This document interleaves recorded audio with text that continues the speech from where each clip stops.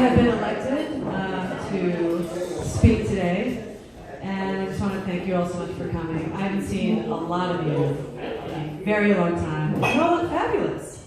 You all look great. Another big thank you to everybody who sent their love, wisdom, and condolences with us with the passing of our dad on November 23rd. It meant a lot to all of us, and we are touched and humbled by the outpouring of love from all of you. So last night as I was finishing up writing these words that I'm speaking to you right now, I started to feel a bit overwhelmed. Finding the words to say goodbye to such a wonderful man,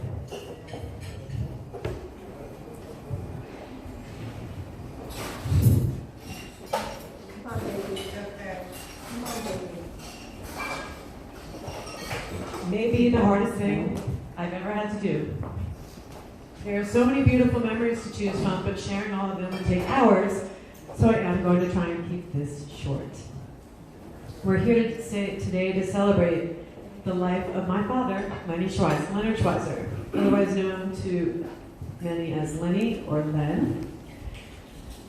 To Mom, he was Honey or Hun. To Linda, he was Bear. To my Uncle Joe, he was Little Fat Lenny. But to us, he was simply Dad. Dad was one of the most genuine, happy, funny, kind, and generous men I have ever known. Genuine because he most certainly always told it like it is. Funny because even if you were in the worst mood, he would definitely be able to make you laugh. And he threw kindness and generosity around like it was confetti. His generosity was unlimited, and he definitely gave much more than he received, which I'm grateful he passed on to his children.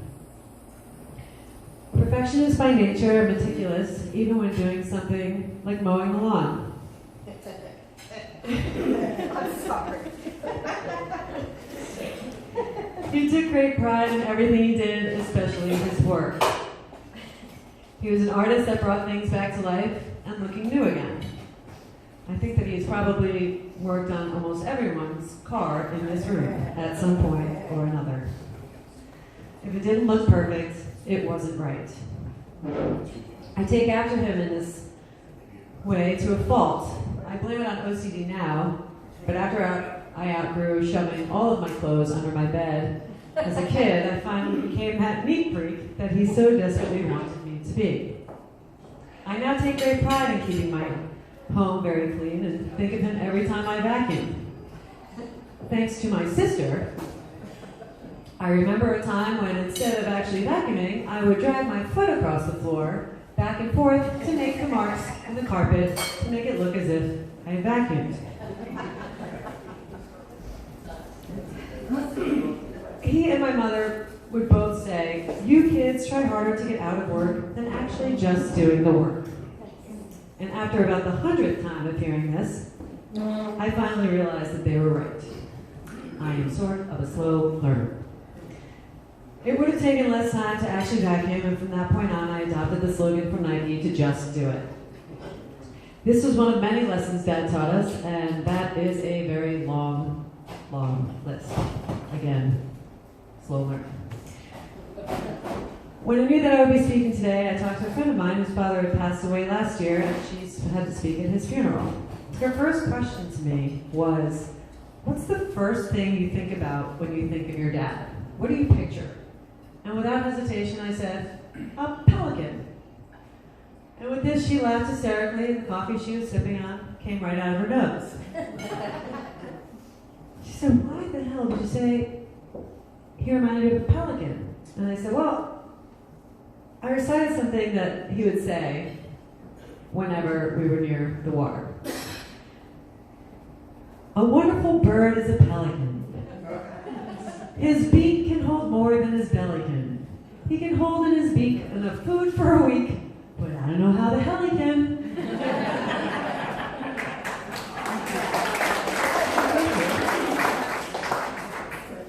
But his big smile and hearty chuckle, immediately following, but always following, you couldn't help but smile and laugh along with him.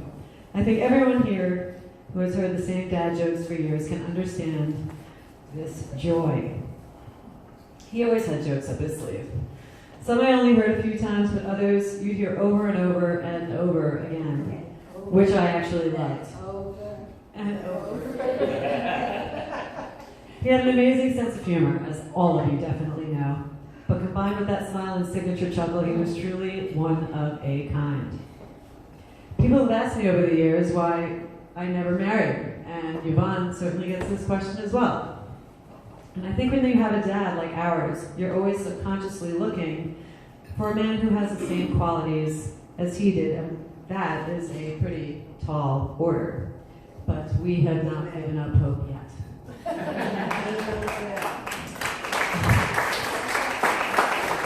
don't know if that's charity applause or no. About a week before my father passed back in November, someone had dented my car in a parking lot, so I went to a local auto body down in Charlotte where I now live. When I walked in, it smelled exactly like Dad's office at his shop. It even looked like Dad's office. Same wood paneling walls, same big huge desk, same random wall with a window pane in it when you walked in the front. And then there were drawings and either of his own children's or his clients' children's strewn around on the walls and little knickknacks. And my dad had the same things in his office, things that were given to him as gag gifts or things throughout the years. And it's amazing how a certain smell or familiar surroundings will take you back to vivid memories of a person or a place, or both. I told this man about Dad, the shop, the smell, the office, and in his southern drawl he said, "Yeah, pretty much any shop built in the 70s pretty much looks exactly like this." He was a very nice man, about the age of Dad, and he said he saw me light up when I walked in. And I thought about that office the rest of the day, and it made me really happy. I dropped my car off this Wednesday before I came here at that same shop. And when I walked in this time, he looked over his glasses that were hanging on the tip of his nose, and he looked up and he asked, with concern, "Are you okay?"